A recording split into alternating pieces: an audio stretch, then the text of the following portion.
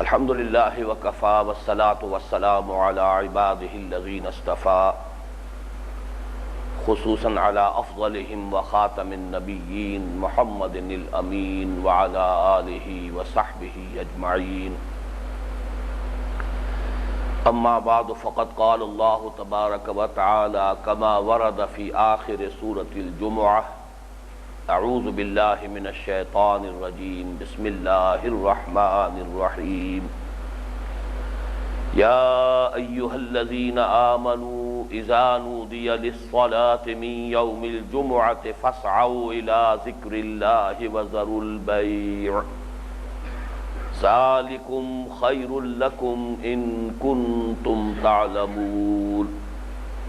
فَإِذَا قُضِيَتِ الصَّلَاةُ فَانتَشِرُوا فِي الْأَرْضِ وَابْتَغُوا مِن فَضْلِ اللَّهِ وَاذْكُرُوا اللَّهَ كَثِيرًا لَعَلَّكُمْ تُفْلِحُونَ.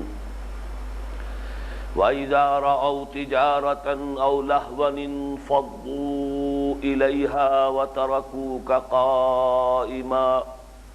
قُلْ مَا عِندَ اللَّهِ خَيْرٌ مِّنَ اللَّهْوِ وَمِنَ التِّجَارَةِ وَاللَّهُ خَيْرُ الرَّازِقِينَ. صدق اللہ العظیم. رب اشرح لي صدری ویسر لي امری واحلل عقدۃ من لسانی یفقہوا قولی. اللہم ربنا الہمنا رشدنا واعذنا من شرور انفسنا. اللہم ارنا الحق حقا وارزقنا اتباعہ وارنا الباطل باطلا وارزقنا اجتنابہ. اللہم وفقنا لما تحب وترضى. اللہم اعنا على ذکرک وشکرک وحسن عبادتک. آمین یا رب العالمین. اگرچہ سورہ جمعہ پر ہماری گفتگو تقریباً مکمل ہو چکی ہے اور صرف 11ویں اور آخری آیت جو ہے اس پر گفتگو باقی ہے، تاہم میں سمجھتا ہوں کہ حکمت و احکام جمعہ پر ایک نئی ترتیب کے ساتھ، بالخصوص جو حکمت جمعہ ہے اور جو نظام جمعہ ہے ہمارے دین میں، اس کی جو حکمتیں ہیں ان پر ایک نظر دوبارہ ڈال لی جائے. اور اس وقت میں ذرا ایک نئی ترتیب کے ساتھ بات سامنے رکھنا چاہتا ہوں کہ اس نظام جمعہ میں اللہ تعالیٰ نے 3 حکمتوں کو جمع کیا ہے، درجہ بدرجہ. یہ گویا کہ 3 مراحل، 3 مراتب یا 3 مدارج ہیں حکمت جمعہ کے. سب سے پہلی حکمت، تمام شرائع سماویہ میں جن میں ہمارے پاس کچھ تفصیلی علم صرف شریعت موسوی کا ہے علی صاحب الصلاۃ والسلام، یہ حکمت رہی ہے کہ ایک دن کو ہفتے میں مخصوص کر دیا جائے اللہ تعالیٰ کے ذکر کے لیے، یاد الہی کے لیے، عبادت کے لیے، تلاوت کے لیے، نوافل کے لیے. یہ جو حکمت ہے اس کو بھی گویا کہ اس جمعے کے نظام نے برقرار رکھا، اور برقرار رکھنے کے علاوہ اس میں اضافی افادیت کے پہلو جمع کر دیے. اس کے ضمن میں 4 باتیں نوٹ کر لیجئے کہ سب سے پہلے تو یہ کہ یہود نے جو ان کی طبیعت میں کجی تھی، الحاد تھا، اس کے بنا پر جو اصل دن تھا جمعہ، اسے ترک کر کے ہفتے کا دن اختیار کیا. نصارہ نے ایک قدم اور آگے بڑھایا اور اتوار کا دن اختیار کیا. یعنی یہ قدر مشترک تو رہی کہ ایک دن ہے خاص اس کام کے لیے، لیکن یہ ہے کہ وہ اصل دن جو ہے وہ ان سے گم ہو گیا. تو گویا کہ اللہ تعالیٰ نے اس امت کی رہنمائی فرمائی اس اصل دین کی طرف. آج میں سوچ رہا تھا، پھر میرا ذہن منتقل ہوا سورہ توبہ کی اس آیت کی طرف جس کے ضمن میں پھر حضور صلی اللہ علیہ وسلم کا یہ قول مبارک جو ہے وہ نقل کیا گیا ہے کہ استدار الزمان کہیتہ یوم خلق اللہ السماوات والارض، کہ نسی کا جو قاعدہ تھا جو قریش نے ایجاد کر لیا تھا، اس کی وجہ سے جو لیونر کیلنڈر تھا وہ ڈسٹرب تھا، مہینے آگے پیچھے ہو گئے تھے. لیکن یہ کہ اللہ تعالیٰ کی حکمت کا یہ نتیجہ نکلا کہ حجۃ الوداع کے موقع پر وہ ساری غلطیاں ایک دوسرے کو نیوٹرلائز کر کے جو اصل کیلنڈر تھا وہیں پر مقام پر پھر سوئی آ گئی تھی. تو حضور نے فرمایا کہ آج سے یہ نسی کا قاعدہ بھی منسوخ، اور اللہ تعالیٰ کے فضل و کرم سے صحیح اور اصل اوریجنل کیلنڈر پر زمانے کی یہ تقویم آ گئی ہے. تو گویا کہ یہی معاملہ ہمارے ہاں ہوا کہ ہفتہ اور اتوار جو جمعے کو چھوڑ کر اختیار کیے گئے تھے، اللہ تعالیٰ نے ہدایت اور رہنمائی فرمائی اس امت کی کہ اصل دن یوم الجمعہ ہے۔ نمبر 2 یہ کہ اس میں انفرادیت سے آگے بڑھ کر اجتماعیت کا رنگ پیدا کیا۔ جہاں تک معلوم ہوتا ہے وہ یہ ہے کہ ان کے ہاں، یہود کے ہاں، وہ دن اگرچہ مخصوص تھا عبادات کے لیے، ذکر کے لیے، نوافل کے لیے، لیکن وہاں کوئی اجتماعی نظام نہیں تھا۔ اس امت کے اندر اجتماعیت کو جو خصوصی اہمیت حاصل ہے، اور چونکہ دین کی تکمیل ہوئی ہے ایک اجتماعی نظام زندگی کے اعتبار سے، لہذا ہر پہلو سے ہم دیکھتے ہیں کہ اس میں اجتماعیت جو ہے وہ نمایاں ہے، تو اس دن کے معاملے میں اجتماعیت کا اضافہ کیا گیا۔ تیسری بات یہ کہ جو اس دن کے بارے میں حکم کی سختی تھی اسے بہت نرم کر دیا گیا، یعنی پورا دن کاروبار دنیاوی مطلقاً حرام، جیسا کہ اس سے پہلے تذکرہ ہو چکا ہے۔ اصحاب السبت کا واقعہ قرآن مجید میں موجود ہے، ان کا جرم یہی تھا کہ انہوں نے سبت کے اس حکم کو توڑا۔ ہمارے ہاں اللہ تعالیٰ نے جو بھی اس کی حکمت تشریعی ہے شریعت محمدی صلی اللہ علیہ وسلم کے ضمن میں، کہ احکام اکثر و بیشتر یہاں پر نرم کر دیے گئے، سہولتیں پیدا کی گئی، تسہیل ہے۔ چنانچہ وہ صرف 1 گھنٹہ تقریباً بنتا ہے، یعنی اگر آپ دن کو 14 گھنٹے، 12 گھنٹے، 10 گھنٹے یا جو بھی مختلف اوقات میں دن کی جو ہے وہ بدلتی رہتی ہے صورت، تو اس کے مقابلے میں دیکھیں گے تو جمعے میں یہ حکم جو ہے وہ بہت محدود ہو کر رہ گیا ہے، زیادہ سے زیادہ 1 گھنٹہ اذان، اور وہ بھی اذان ثانی سے لے کر اور نماز کے ادا ہو جانے تک تو وہ حکم برقرار ہے، کاروبار دنیاوی مطلقاً حرام ہے۔ لیکن یہ کہ اس کے علاوہ وہ منصوص اور قطعی حکم نہیں رہا۔ البتہ یہ ضرور ہے کہ اذان اول جو ہے اس کے حوالے سے فقہا نے یہ کہا ہے کہ مجتہد فیہ جو ہے، اور ضمنی معاملہ یہی رہے گا کہ اس حکم کا پر عمل انسان کر دے اذان اولا کے ساتھ ہی، اذان اول کے ساتھ ہی۔ باقی رہ گیا یہ کہ جو شام کا وقت ہے اس میں تو گویا کہ ایک پہلو نمایاں طور پر سامنے آ گیا کہ جب جماعت ہو جائے، ادا ہو جائے نماز، تو اب تم منتشر ہو سکتے ہو زمین میں اور جاؤ رزق تلاش کرو، وابتغوا من فضل اللہ۔ البتہ پہلا جو حصہ ہے دن کا، اس میں ہم نے دیکھا کہ ترغیب اور تشویق برقرار رکھی گئی۔ دن کا یہ حصہ جو ہے زیادہ سے زیادہ کوشش کرو تبکیر کے حوالے سے، جو مفصل گفتگو ہو چکی ہے، پہلی ساعت میں، دوسری میں، تیسری میں، چوتھی میں، پانچویں مسجد میں پہنچ جاؤ، اور وہاں پر جا کر اپنے وقت کا اکثر و بیشتر حصہ جو ہے وہ اس مقصد کے لیے صرف کرو کہ جو اوریجنل حکم تھا اس دن کا، لیکن اس کے اندر یہ ہے کہ وہ قانونی پابندی نہیں رکھی گئی۔ البتہ اصل شے جس کی طرف اشارہ کرنا ہے کہ شریعت میں اس حکم کی جو نرمی کی گئی ہے،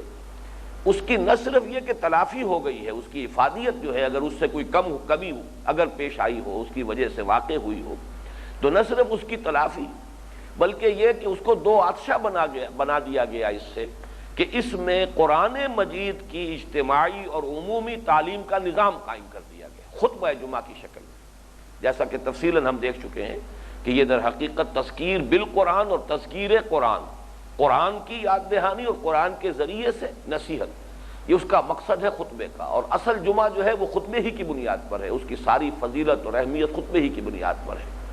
اس کی میں ایک مثال اور چاہتا ہوں، اس لیے کہ یہ حکمت تشریع جو ہے دین میں، شریعت کے اندر اور احکام میں جو حکمت ہے، اور خاص طور پر جب کمپیریٹیو اسٹڈی کی جاتی ہے سابقہ شریعت اور موجودہ شریعت کی، تو آپ کو ایک اور مثال ملتی ہے کہ روزے کے بارے میں بھی حکم کی سختی جو ہے کم کی گئی ہے ہماری شریعت میں۔ یہود کے ہاں روزہ شروع ہو جاتا تھا، رات کو سو گئے، اب روزہ شروع ہو گیا، کوئی سحری نہیں،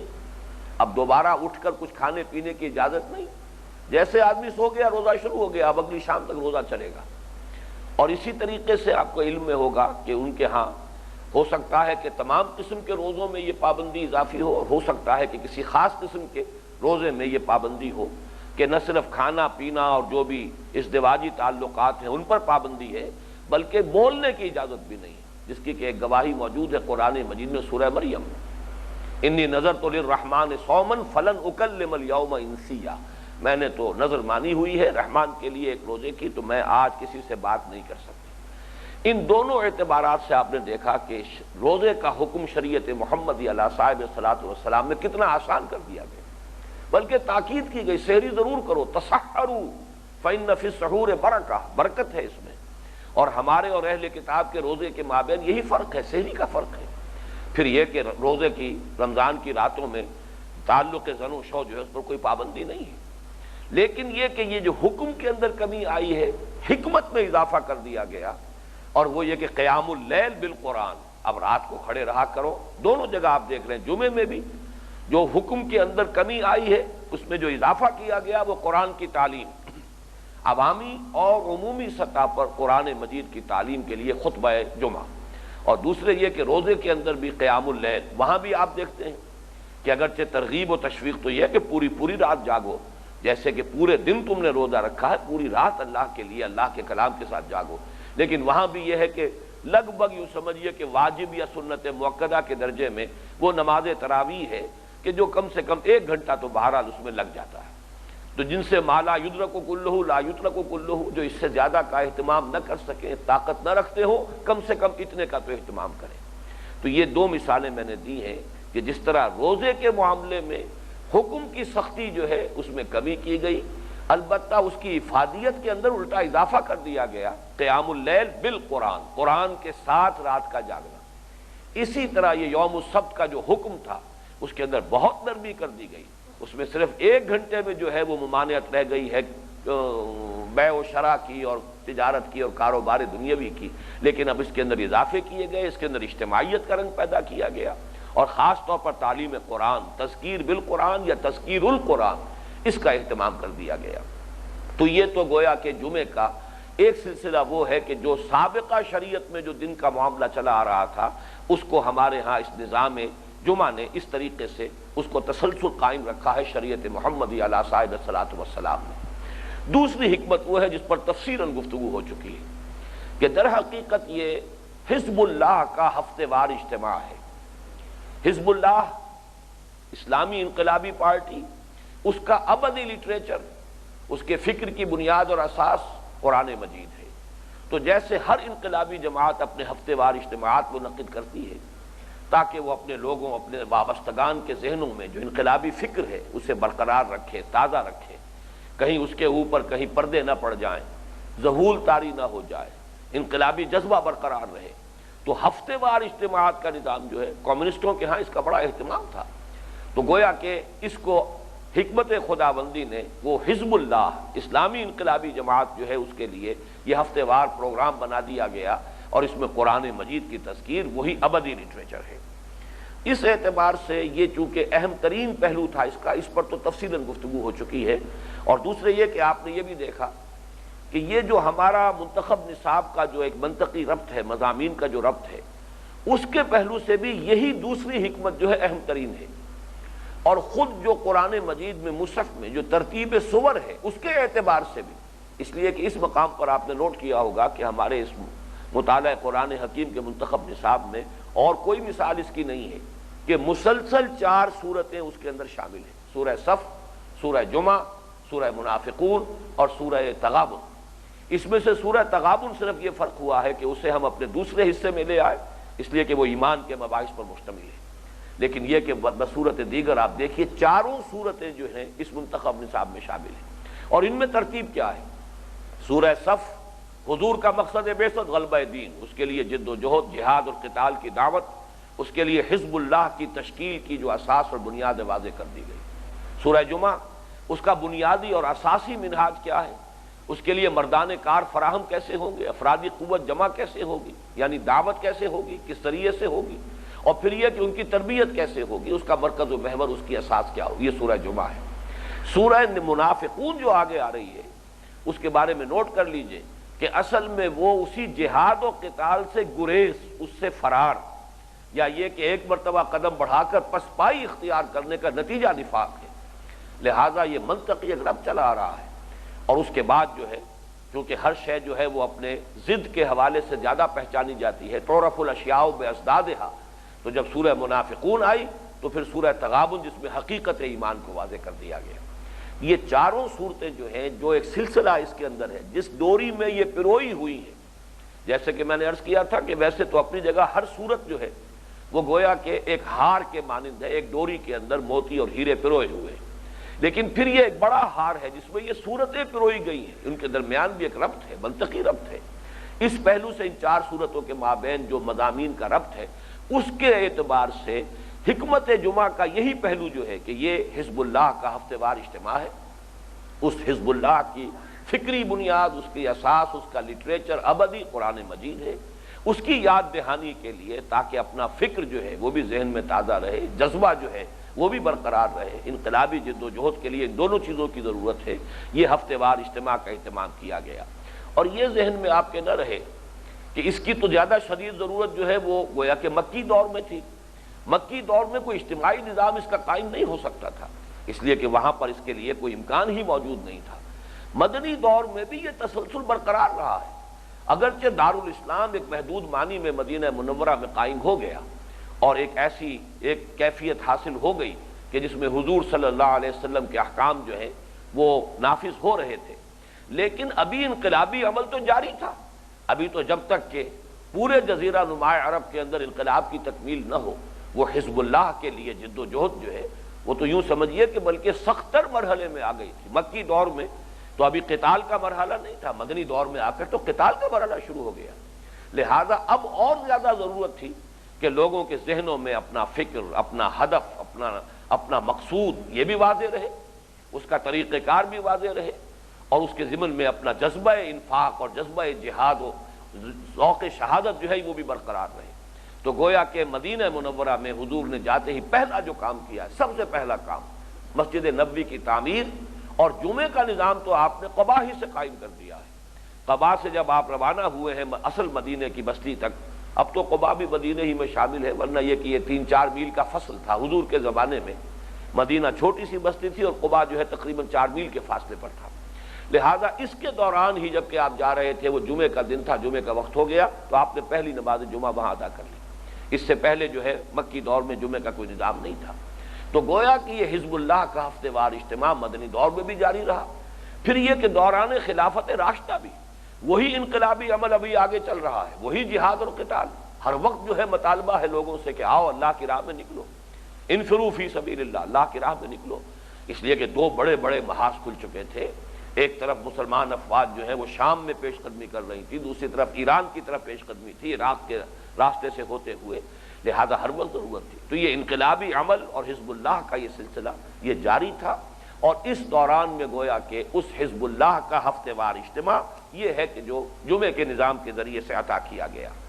تیسری حکمت جو اس سے ہے، اور یہ اصل میں اس سے پہلے سرے سے زیر بحث نہیں آئی ہے، وہ میں چاہتا ہوں کہ آپ اچھی طرح سمجھ لیں۔ اسلامی حکومت میں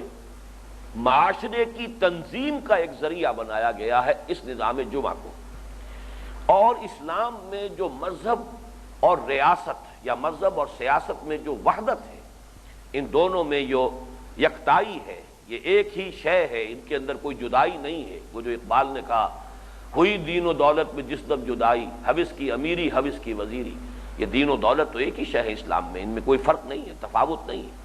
تو اس کی علامت بھی یہی نماز جمعہ ہے۔ تو گویا کہ اسلامی حکومت کے قیام کے بعد ایک تیسری حکمت جو ایڈ ہو گئی ہے، اس میں ایک ڈائمنشن ہے، ایڈیشنل ڈائمنشن جس کا اضافہ ہوا ہے کہ اسلامی ریاست کے اندر اسلامی حکومت میں معاشرے کی تنظیم کا مرکز و محور، اور نمبر 2 دین اور دنیا یا مذہب اور ریاست، ان دونوں کے اتحاد اور ان دونوں کی یکجائی اور یکتائی کی علامت بنایا گیا نظام جمعہ کو، اس لیے کہ جو امیر المومنین مدینہ منورہ میں تھے وہی خطیب تھے مسجد نبوی کے، پھر مختلف جو بھی صوبے تھے ان میں جو عاملین تھے، گورنر تھے، اس صدر مقام پر وہی خطیب ہے۔ اسی طریقے سے ہر جگہ پر جو بھی چھوٹی ڈویژنز ہیں وہاں پر بھی جو صاحب اختیار ہے وہی خطیب ہے۔ اس اعتبار سے میں چاہتا ہوں کہ اس میں چند مباحث ہیں کہ جو ماضی میں بڑی شدت کے ساتھ اٹھتے رہے ہیں، اب ذرا معاملہ کچھ مختلف ہو گیا ہے، کیوں ہو گیا وہ بھی میں بعد میں عرض کروں گا۔ اسی بنیاد پر یہ جو ہے معاملہ، یہ بحثیں اٹھی ہیں۔ نمبر 1 یہ کہ جمعہ صرف دارالاسلام میں ہو سکتا ہے، جو دارالاسلام نہیں ہے وہاں جمعہ نہیں ہے۔ یہ بہت سے حضرات کو تو شاید یاد بھی ہو کہ انگریزی دور میں یہ بحث چلتی رہی مسلسل کہ چونکہ اب ہندوستان جو ہے وہ دارالاسلام نہیں رہا، بلکہ شاہ عبد العزیز رحمۃ اللہ علیہ جو سب سے بڑے بیٹے ہیں شاہ ولی اللہ دہلوی رحمۃ اللہ علیہ کہ ان کا فتویٰ تھا کہ اب ہندوستان دارالحرب بن چکا ہے، اور در حقیقت اسی کی بنیاد پر پھر وہ ساری بغاوت کی جو بھی کوششیں ہوئی ہیں اور جو بھی انگریز کو نکالنے کے لیے جہاد اور قتال کا سلسلہ شروع ہوا ہے، اس لیے کہ شاہ عبد العزیز ہی کے مرید بھی تھے اور شاگرد بھی تھے سید احمد بریلوی رحمۃ اللہ علیہ، اور پھر ان کے بھتیجے تھے شاہ اسماعیل شہید جنہوں نے بیعت کی ہے ان کے ہاتھ پر، تاکہ یہاں پر پھر دوبارہ دارالاسلام قائم ہو۔ تو چونکہ اسلام جو ہندوستان کی سرزمین انگریز کے آنے کے بعد، مسلمانوں کی حکومت کے خاتمے کے بعد، اب وہ دارالاسلام نہیں رہی تھی، دارالحرب ہو گئی تھی، لہذا یہ بحث کھڑی ہوئی کہ آیا یہاں جمعہ ہوتا بھی ہے کہ نہیں، اور جمعہ عام لوگوں کی رائے تھی اب یہاں جمعہ نہیں ہے، لیکن بہرحال ایک افادیت کا پہلو تھا، مسلمان ہفتے میں جمع ہو جاتے ہیں، اگر جمعہ ہم ختم کر دیں گے تو اجتماع نہیں رہے گا، پھر جو موقع ہے مسلمانوں سے گفتگو کا، مسلمانوں کو کوئی پیغام پہنچانے کا، اس لیے غزِ بصر تو کیا ہے لوگوں نے، فقہا نے، علماء نے غزِ بصر کیا ہے کہ ایک افادیت کا پہلو ہے وہ ختم ہو جائے گا، پھر کوئی اور شے نہیں ہے جو مسلمانوں کو جمع کر سکے اور علماء اسلام کو کوئی موقع حاصل ہو سکے ان سے اجتماعی سطح پر گفتگو کا، پھر تو یہی ہے کہ سیاسی جلسے کیجیے، اور سیاسی جلسوں پر ہو سکتا ہے کسی میں قدغن لگا دی جائے۔ یہ چونکہ ایک آسان راستہ حاصل تھا کہ علماء اسلام جو ہے عوام سے ایک رابطہ قائم رکھ سکتے تھے، لہٰذا اس معاملے میں غزِ بصر کیا گیا ہے، ورنہ ٹھیک فقہی پوزیشن جو تھی وہ یہی تھی کہ یہاں جمعہ نہیں تھا۔ اسی وجہ سے لوگ احتیاط ظہر پڑھتے تھے کہ اگر یہاں جمعہ ہے نہیں تو ہم جمعہ ادا کر رہے ہیں، وہ تو ہوا نہیں،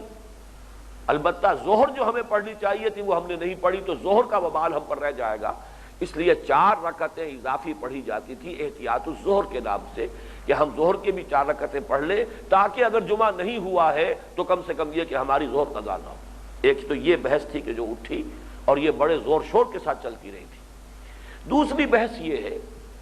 کہ دارالاسلام کے بھی صرف مصر جامع میں جمعہ ہو سکتا ہے، یہ بحث بھی جہاں تک احناف کا معاملہ ہے، فقہ حنفی کا تو یہ طے شدہ مسئلہ ہے، دیہات میں کوئی جمعہ نہیں ہے۔ اور مصر کسے کہتے ہیں اس کی مختلف ڈیفینیشنز ہیں، ایسا شہر ہو جس پر شہر کا اطلاق ہو سکے، لیکن خالص فقہی طور پر یہ کہ جو حکومت وقت کی چھوٹی سے چھوٹی انتظامی یونٹ ہو، وہاں کوئی ہونا چاہیے جو حکومت کا ذمہ دار ہو، کوئی نہ کوئی قضا کا منصب ہونا چاہیے۔ اگر اس طرح آج کل کے زمانے میں ہم کہیں گے کوئی میجسٹریسی اگر کسی درجے میں موجود ہے تو وہ مصر ہے، اور اگر نہیں ہے یعنی حکومت کا بنیادی ڈھانچہ جو ہے وہ اگر وہاں تک نہیں پہنچا ہوا ہے کسی مستقل شخص کی شکل میں کہ وہ وہاں ذمہ دار ہے، نمائندہ ہے، حکومت کی طرف سے قاضی ہے، یا یہ کہ حکومت کی طرف سے ریونیو جمع کرنے والا ہے، اگر وہ وہاں نہیں ہے تو وہاں جمعہ نہیں ہو سکتا۔ یہ ہمارے ہاں خاص طور پر اہل حدیث حضرات نے یہ سلسلہ شروع کیا تھا کہ دیہات میں بھی، اس کا بھی سبب یہی تھا کہ دعوت و تبلیغ کا ذریعہ اس سے بہتر، اس سے آسان کوئی ممکن نہیں۔ جمعے کے نام پر تو لوگ جمع ہو جائیں گے، باقی اگر آپ لاکھ جتن کریں کہاں لوگ آئیں گے؟ یہ تو ایک دینی حیثیت ہے، اس کے لیے وہ احادیث ہیں وہ ساری جو ہم پڑھ چکے ہیں، اس کی شدت کے ساتھ جو تاکید ہے، ترغیب ہے، ترک جمعہ پر جو وعیدیں ہیں، تو اس کے حوالے سے تو کم سے کم یہ کہ کوئی رابطہ ہو سکتا ہے، کوئی اصلاحی کوشش، تبلیغی کوشش، تعلیمی کوشش جاری رہ سکتی ہے، لہذا دیہات میں بھی سلسلہ شروع کیا گیا۔ لیکن یہ کہ بہرحال فقہائے احناف کے ہاں کوئی امکان نہیں ہے کہ جو شہر کے تعریف میں نہ آتی ہو جگہ اور اس میں کوئی نہ کوئی حکومت کا ذمہ دار، جہاں وہ میجسٹریسی یا ریونیو کلیکشن کے اعتبار سے کوئی ذمہ دار منصب دار موجود نہ ہو، وہاں جمعہ نہیں ہو سکتا۔ یہ فقہ حنفی کا طے شدہ مسئلہ ہے۔ تیسرا مسئلہ یہ کہ جمعہ صرف اہتمام حکومت میں ہو سکتا ہے، انفرادی اور ذاتی اور علیحدہ سے اپنی جماعتی کوئی شکل بنا کر جمعہ کر لینا یہ بھی فقہ حنفی کے نزدیک ناجائز ہے، غلط ہے، اس پر تو بڑی شدت ہے۔ چنانچہ ایک حدیث موجود ہے حضرت عوف ابن مالک الاشجعی رضی اللہ تعالی عنہ سے، یہ روایت ہے، وہ فرماتے ہیں سمعت رسول اللہ صلی اللہ علیہ وسلم یقول لا یقص الا امیر او مامور او مختال، ہرگز خطاب نہ کرے، خطبہ نہ دے، وعظ و نصیحت نہ کرے سوائے امیر کے۔ اب امیر یا تو صوبے کا گورنر ہے وہ امیر ہے، کسی شہر کا عامل ہے وہ امیر ہے، اور مدینے میں امیر المومنین ہے وہ امیر ہے، او مامور یا اس امیر کا معمور کردہ کوئی شخص ہو، اس کا ذمہ دار ہے، اس کا نمائندہ ہے، اس کا معین کردہ کوئی شخص ہے، او مختال، تیسرا پھر وہ ہے جو کر رہا ہے تو گویا کہ وہ خود سرکش ہے، خود اس کے اندر اپنی وجاہت اور اپنی کوئی شہرت حاصل کرنے کا جذبہ ہے۔ مختال جو ہے وہ آپ نے بارہا ہمارے ہاں اس منتخب نصاب میں بھی آ چکا ہے، ان اللہ لا يحب كل مختال فخور، اللہ تعالیٰ کو بالکل پسند نہیں ہے شیخی خورے اور غرور کرنے والے، اکڑنے والے۔ تو یہ تو گویا کہ ایک شخص جو ہے وہ اپنی بساط جمانا چاہتا ہے، اپنی لیڈری، اپنے آپ کو نمایاں کرنا، یا یہ کہ وہ ذریعہ بنانا چاہتا ہے کوئی پیسے لوگوں سے اینٹنے کا۔ یہ ہے تین چیزیں فرمایا، لا یخص الا امیر او معمون او مختال۔ یہ تو تمام صرف نظام حکومت کے تحت جمعہ ہے، غیر حکومتی جمعہ جو ہے وہ فقہا کے نزدیک درست نہیں ہے۔ اور یہ حدیث نبوی جو ہے میں نے آپ کو سنا دی ہے، اس اعتبار سے غور کیجئے تو ہمارے جو یہ جمعے ہو رہے ہیں حقیقت میں یہ وہ جمعے ہیں ہی نہیں۔ وہ جمعہ جس کے بارے میں یہ اہتمام اور یہ شد و مد اور یہ تاکید اور اس کی وہ فضیلت اور اس کو ترک کرنے کی وہ مذمت اور اس پر وہ وعید جو ہم پڑھ چکے ہیں، گزشتہ 4 نشستوں میں وہ باتیں سامنے آ چکی ہیں۔ لیکن یہ ہے کہ یہ جمعے وہ جمعے نہیں ہیں۔ زیادہ سے زیادہ ہم یہ کہہ سکتے ہیں کہ یہ شبہ جمعہ ہے، جمعے کی ایک مشابہت ہے اس کے اندر، اور اس میں وہ حکمت وہی ہے کہ اب اس دور کے اندر اگر اس کو بھی ترک کر دیا جائے، یہ نہ رکھے جائیں، تو پھر یہ ہے کہ کوئی ڈھانچہ سرے سے برقرار ہی نہیں رہے گا، کوئی لوگوں تک پہنچنے کا اور کسی بات کے پہنچانے کا ذریعہ جو ہے علماء کو اور جو بھی دینی رہنما انہیں حاصل نہیں رہے گا۔ اس لیے اس منفعت اور افادیت کے پیش نظر غض بصر کا لفظ استعمال کر رہا ہوں میں، اس لیے کہ میرے سامنے اس وقت ایک شخصیت ہیں جو ہمارے ہاں بھی کچھ عرصے آ کر جنہوں نے قیام کیا تھا، عبداللہ سالم المسدوسی، ان کا انتقال ہو گیا حیدرآباد دکن میں۔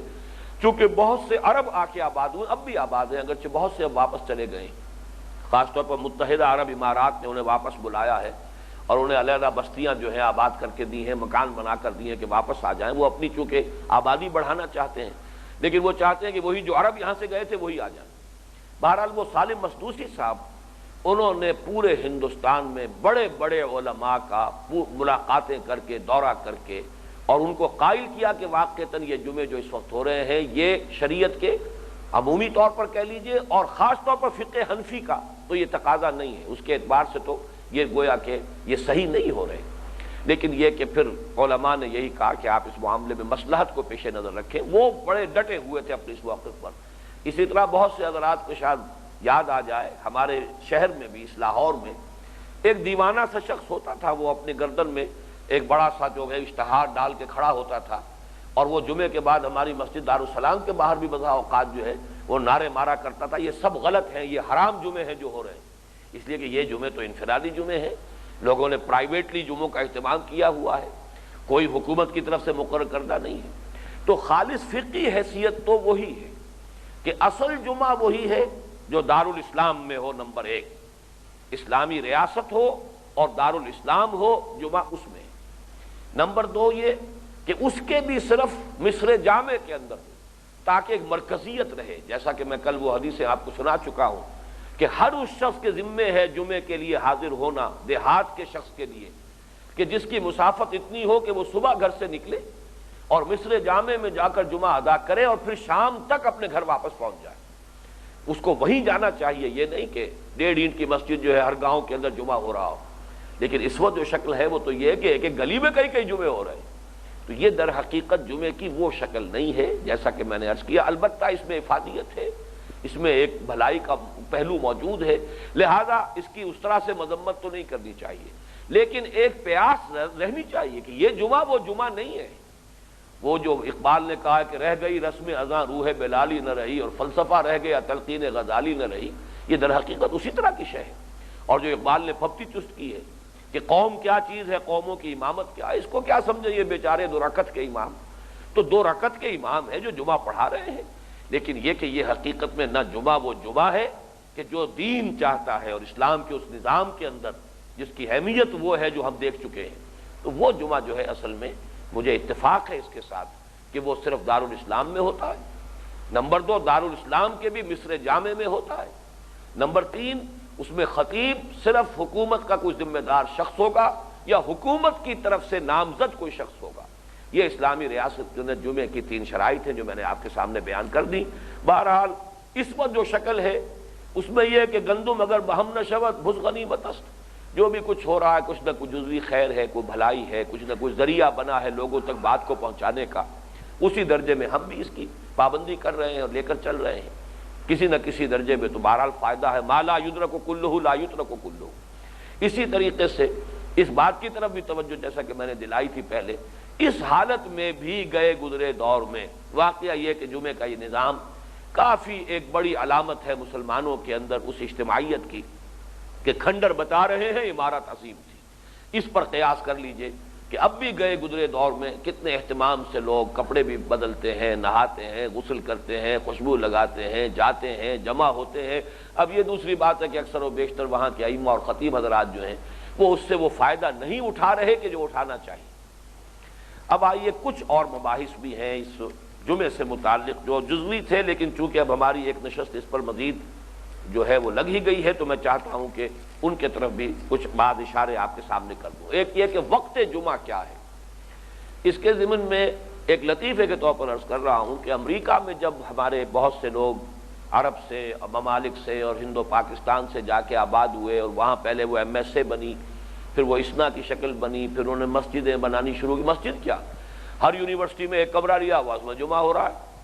یا اسی طریقے سے پہلے جو ہے اپارٹمنٹس رینٹ کیے ہوئے ہیں ان میں جمعہ ہو رہا ہے۔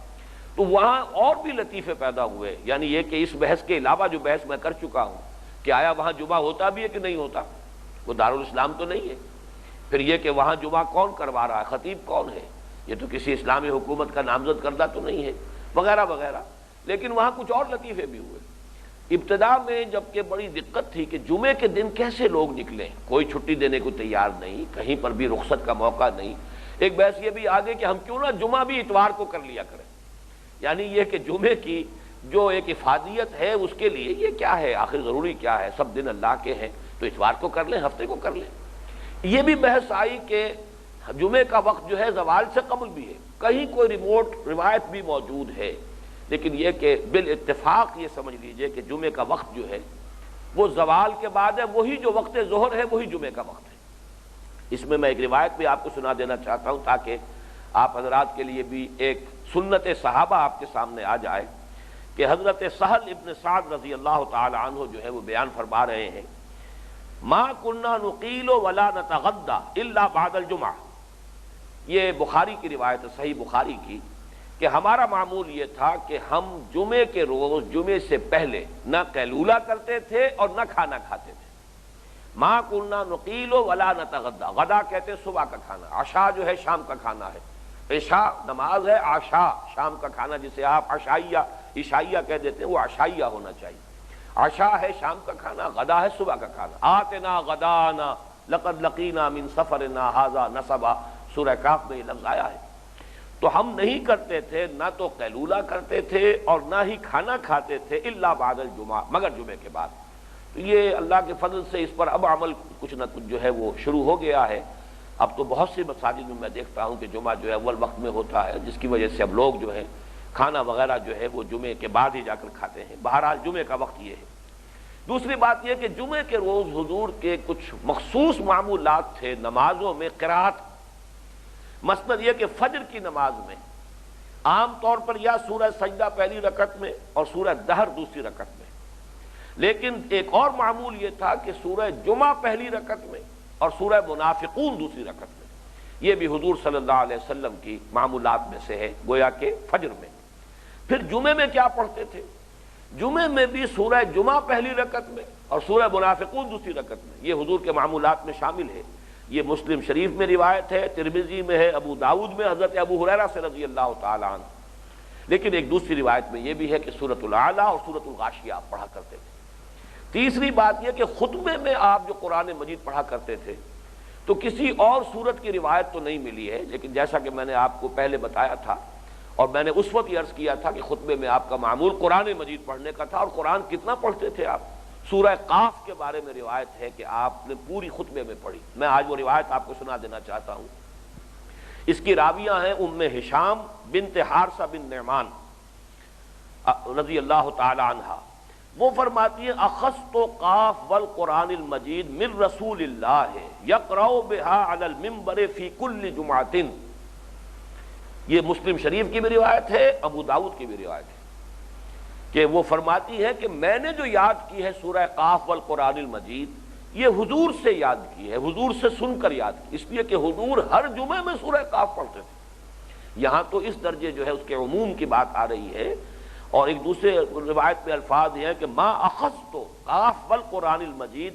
الا عن لسان رسول اللہ صلی اللہ علیہ وسلم یقرأ بها علی المنبر فی کل جمعہ، کہ میں نے جو یاد کی ہے سورہ قاف وہ حضور کی زبان مبارک سے براہ راست سن کر یاد کی ہے، اس لیے کہ آپ کا یہ معمول تھا کہ آپ منبر پر ہر جمعے میں یہ سورہ قاف پڑھا کرتے تھے۔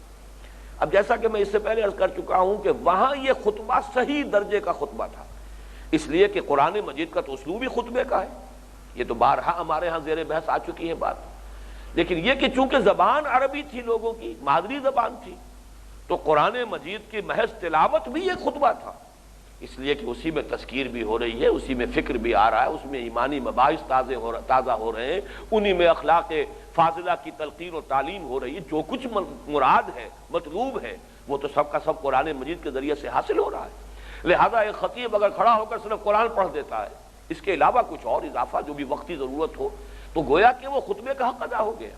لیکن ہمارے ہاں چونکہ شکل یہ ہے کہ وہ مسنون خطبے میں جو الفاظ حضور ہر خطبے میں پڑھا کرتے تھے، چاہے وہ خطبہ جمعہ ہو، خطبہ عیدین ہو، یا کوئی اور خطبہ ہو، تو اس کے جو الفاظ آتے ہیں وہ ہم صرف جو ہے وہ عربی کے اندر پڑھ دیتے ہیں،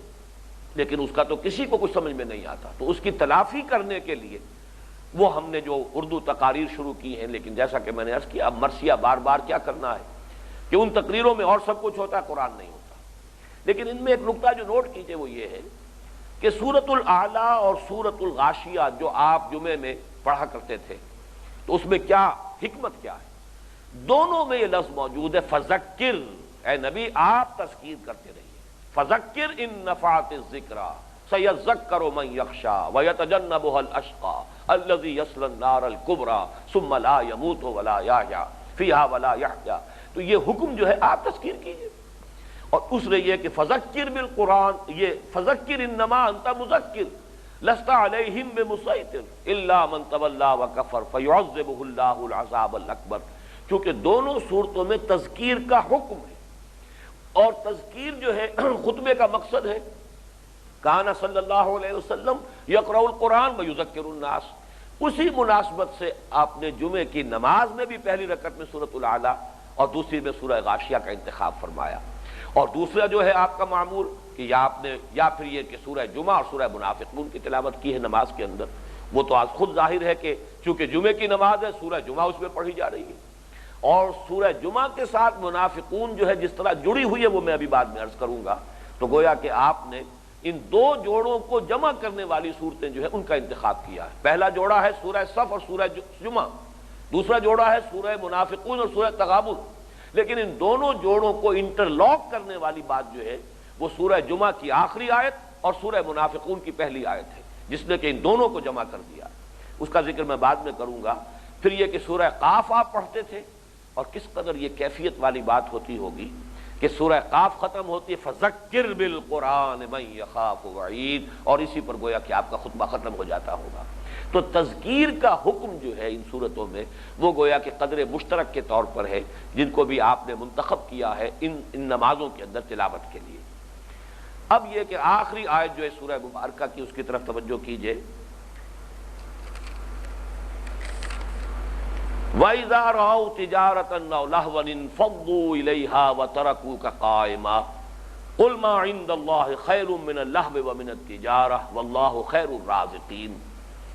جب انہوں نے دیکھا ایک کاروبار، ایک سودا گویا کہ منفعت بخش، او لہون، یا یہ کہ کوئی دلچسپی، کوئی تفریح کی شے، انفضوا الیہا، وہ چلے گئے اس کی طرف، متوجہ ہو گئے اس کی جانب، وترکوک قائما، اور چھوڑ گئے آپ کو کھڑے ہوئے خطبہ دیتے ہوئے، جو کہ آپ کا خطبہ کھڑے ہو کر ہوتا تھا، درمیان میں آپ تھوڑی دیر کے لیے بیٹھتے تھے۔ قل ما عند اللہ خیر من اللہو ومن التجارہ، اے نبی کہہ دیجئے ان سے کہ جو کچھ اللہ کے پاس ہے وہ کہیں بہتر ہے، زیادہ وقی ہے، زیادہ قیمتی ہے اس کاروبار دنیاوی سے بھی، اور یہ دلچسپیاں اور تفریحات ہیں ان سے بھی۔ واللہ خیر الرازقین، اور یقین رکھو اس بات پر کہ بہترین رزق دینے والا اللہ ہے، اس نے اپنے ذمے لیا ہوا ہے۔ اس کا جو واقعہ ہے وہ متفق علیہ ہے، اس میں تو کوئی اختلاف نہیں ہے کہ واقعہ یہ پیش آیا کہ حضور ایک مرتبہ خطبہ دے رہے تھے، جمعے کا خطبہ، لیکن اس وقت بازار میں اجناس جو ہے وہ موجود نہیں تھی، یوں کہہ لیجئے کہ وقتی طور پر، عارضی طور پر ایک قحط کی سی کیفیت تھی کہ گیہوں، گندم وغیرہ اجناس جو ہیں وہ اس وقت جو ہے وہ نایاب ہو گئی تھی۔ لیکن عین اس وقت جب کہ جمعے کا خطبہ آپ دے رہے تھے، وہ گھنٹیاں بجنی شروع ہوئیں کہ جب قافلہ آتا تھا اونٹوں کا تو اونٹوں کی گردنوں میں جو گھنٹیاں لٹکی ہوتی تھی وہ بجتی تھی، تو معلوم ہوا کہ کوئی قافلہ آ گیا، کوئی تجارتی قافلہ آیا ہے، اور جس میں کہ منتظر ہوں گے لوگ کہ آنے والا ہے، جو سکیرسٹی ہے، جو بھی کمیابی ہے، وہ جلدی ہی کوئی اطلاع ہوگی کہ کوئی قافلہ آ رہا ہے کہ جو اجناس لے کر شام سے آ رہا ہے۔ تو جب اطلاع ہوئی کہ وہ آ گیا، اب ہر شخص کو فکر دامنگیر ہوتی ہے کہ کہیں ایسا نہ ہو کہ دوسرے لوگ ہی لے جائیں اور میں رہ جاؤں، لہذا وہ ایک عمومی طور پر لوگوں کا ایک رجحان ہوا کہ حضور کو خطبہ دیتے ہوئے چھوڑ کر وہ لوگ چلے گئے وہ گندم خریدنے کے لیے، اپنی ضرورت پوری کرنے کے لیے۔ اس پر یہ گرفت آئی ہے وَإِذَا رَأَوْا تِجَارَةً أَوْ لَهْوًا انفَضُّوا إِلَيْهَا، لیکن یہاں پہ تجارت کے ساتھ لہو کو بھی شامل کر دیا۔ یہ قرآن کی ابدیت کی ایک نشانی ہے، بہت بڑا ثبوت ہے۔ آج ہمارے زمانے میں وہ لہو جو ہے وہ سب سے بڑا سبب بن گیا ہے، وہ کرکٹ کا میچ ہو یا اور اس قسم کی مشغولیتیں ہوں، وہ ہے کہ جو جمعے سے لوگوں کو غافل کرنے کا سب سے بڑا ذریعہ بن گئی ہیں۔ میں سمجھتا ہوں کہ اس وقت کا جو واقعہ تھا وہ صرف وہ کاروبار والا معاملہ تھا، یا وہ بھی اجناس کی کمی جو ہے اس کی بنا پر اس میں ایک شدت کی کیفیت پیدا ہو گئی تھی، لیکن قرآن نے یہاں وہ لفظ بھی ایڈ کر دیا ہے تاکہ گمبھیر ہو جائے، مضمون کا احاطہ ہو جائے، ہر اعتبار سے جو ہے بات مکمل ہو جائے۔ وَإِذَا رَأَوْا تِجَارَةً أَوْ لَهْوًا انفَضُّوا إِلَيْهَا وَتَرَكُوكَ قَائِمًا، یہ واقعہ پیش آیا ہے کہ جب انہوں نے دیکھا ایک کاروبار دنیاوی منفعت بخش کوئی سودا یا یہ کہ کوئی اور دلچسپی کا سامان، تو وہ آپ کو کھڑے چھوڑ کر خطبہ دیتے ہوئے متوجہ ہو گئے، چلے گئے۔ قُلْ مَا عِندَ اللَّهِ خَيْرٌ مِّنَ اللَّهْوِ وَمِنَ التِّجَارَةِ، اس میں چونکہ گویا کہ ایک طرح کا سوء ظن کہہ لیجئے، بے یقینی کی کیفیت کہ شاید اللہ تعالی ہماری ضرورت پوری کرنے پر قادر نہیں، معاذ اللہ ثم معاذ اللہ، ہم توقف کریں، وقت پر جائیں، اللہ کے حوالے کریں معاملے کو، وہ بہتر رازق ہے، ہماری ضروریات کا ہم سے بہتر جاننے والا ہے۔ اس کی بجائے انہوں نے یہ شکل اختیار کی ہے، لہذا اے نبی ان کو یاد دہانی کرا دیجئے، قُلْ مَا عِندَ اللَّهِ خَيْرٌ مِّنَ اللَّهْوِ وَمِنَ التِّجَارَةِ، اللہ کے پاس جو اجر و ثواب ہے اس جمعے کا اور اس خطبے کو پورے اطمینان کے ساتھ سننے کا، وہ کہیں بڑھ کر ہے اس کاروبار دنیاوی سے اور اس دلچسپیوں سے یا تفریحات سے۔ واللہ خیر الرازقین، اور یقین کرو کہ اللہ بہترین رزق دینے والا ہے۔ اس میں اس واقعے کی جو توجیہ ہے اس میں مختلف آراء موجود ہیں۔ مثلا ایک بات تو سامنے ہے کہ مغالطہ تھا لوگوں کو کہ نماز جو ہے، اصل جمعہ جو ہے وہ نماز ہے۔ آج بھی ہمارے ہاں لوگوں کو اصل تصور یہی ہے، خطبے کی اہمیت نہیں بلکہ ساری جو ہے اہمیت لوگوں کے سامنے نماز جمعہ ہے۔ یہ صرف جمعہ کے ہم نہیں کرتے ہیں بلکہ نماز جمعہ ہے، تو نماز جمعہ کا لفظ استعمال کریں گے تو گویا کہ اصل شے جو ہے وہ تو نماز ہو جائے گی۔ غالباً یہ مغالطہ موجود تھا، اور اس میں مزید کچھ حضرات نے ان لوگوں کے لیے نرم گوشہ پیدا کرنے کے لیے کوئی روایت، اگرچہ اس کی لفظاً تو یہ روایت نہیں مل سکی کہ یہ کس کی روایت ہے، کیا اس کی سند ہے، کیا سورس ہے، لیکن یہ کہ مولانا شبیر احمد عثمانی رحمۃ اللہ علیہ نے بھی الفاظ لکھے ہیں کہ بعض لوگوں کا یہ بھی کہنا ہے، یہ بھی ایک روایت ہے، قول ہے کہ اس زمانے میں خطبہ جو ہے نماز کے بعد ہوتا تھا، جیسے کہ اب بھی عیدین میں ہوتا۔ عیدین میں آپ کو معلوم ہے کہ نماز پہلے ہو جاتی ہے اور خطبہ بعد میں ہے، تو وہاں پہ چونکہ نماز ادا ہو چکی، لوگوں نے یہ سمجھا کہ اب اصل شے تو ہو گئی، نماز ادا ہو گئی، نماز کے لیے ہم جمع ہوئے تھے، تو خطبہ جو ہے اس کی تو وہ اہمیت تو نہیں ہے جو نماز کی ہے، لہذا لوگ چلے گئے۔ لیکن مجھے حیرت ہے اصل میں، اور میں سمجھتا ہوں کہ اس کا سبب جو ہے کہ کیوں توجہ نہیں ہوئی اس بات کی طرف کہ اصل میں یہ لوگ جن کا یہ طرز عمل سامنے آیا ہے، ان کے بارے میں گمان یہ ہونا چاہیے منافقین تھے۔ اس معاشرے کے اندر معتدل تعداد میں منافقین موجود تھے۔ غزوہ احد میں آپ کو معلوم ہے کہ 1/3 نفری چھوڑ کر حضور کو چلی گئی ہے، گویا کہ اس وقت کی جو بھی مجموعی آبادی اس وقت نفری تھی مسلمانوں کی، اس سے ایک اندازہ قائم ہو سکتا ہے کہ 1/3 کی تعداد جو ہے وہ تو منافقین کی موجود تھی۔ تو وہ لوگ ظاہر بات ہے ان میں نہ یقین ہے نہ ایمان ہے، ان کا چلے جانا، اور یہ اس سے ثابت نہیں ہوتا کہ سب چلے گئے۔ قرآن مجید تو کسی واقعے کو ذریعہ بناتا ہے تعلیم کا اور تلقین کا۔ اگر کچھ لوگ بھی چلے گئے تھے وہاں تو اس کے حوالے سے جو ابدی ہدایت اور تلقین اور نصیحت تھی وہ قرآن مجید نے دے دی۔ میرا ذہن ادھر زیادہ اس لیے منتقل ہوا ہے کہ اگلی سورت سورۃ المنافقون ہے، اور اس کے اندر جو الفاظ ہیں پہلی آیت کے، اذا جاءک المنافقون قالوا نشهد انک لرسول اللہ واللہ یعلم انک لرسولہ واللہ یشہد ان المنافقین لکاذبون، یہ ہے وہ انٹر لاکنگ ان دونوں صورتوں کے درمیان جو ہوئی ہے، جیسے سورہ کہف اور سورہ بنی اسرائیل کی مثال ہے۔ سورہ بنی اسرائیل کی آخری آیت شروع ہوتی ہے وَقُلِ الْحَمْدُ لِلَّهِ الَّذِي لَمْ يَتَّخِذْ وَلَدًا، اور سورہ کہف کی پہلی آیت شروع ہوتی ہے الحمد للہ الذی انزل علی عبدہ الکتاب ولم یجعل لہ عوجا۔ وہاں حکم ہے قل الحمد للہ، یہاں امتثال امر سے دونوں کو انٹرلاک کر دیا گیا، دونوں صورتیں جو ہیں جڑ گئیں۔ اسی طریقے سے یہاں ہے وہ تو جو چھوڑ کر چلے گئے حضور کو، اس کے تذکرے پر سورہ جمعہ شروع ہو رہی ہے، ختم ہو رہی ہے، اب وہ آ رہے ہیں اور معذرت پیش کرنے کے لیے یا اپنے ایمان کا اظہار کرنے کے لیے، اپنا دعویٰ جو ہے اس کو پیش کرنے کے لیے یہاں سے سورہ منافقون شروع ہو رہی ہے۔ تو اس اعتبار سے میرے نزدیک در حقیقت یہ معاملہ منافقین کا تھا، ان کا طرز عمل یہ تھا کہ انہیں ظاہر بات ہے کہ اللہ کی رزاقیت پر وہ اعتماد نہیں تھا، جس کی وجہ سے کہ حضور کو خطبہ دیتے ہوئے چھوڑ کر اور وہ اس کاروبار کی طرف، خرید و فروخت کی طرف متوجہ ہو گئے۔ واللہ عالم۔ اقول قولی ھذا واستغفر اللہ لی ولکم ولسائر المسلمین والمسلمات۔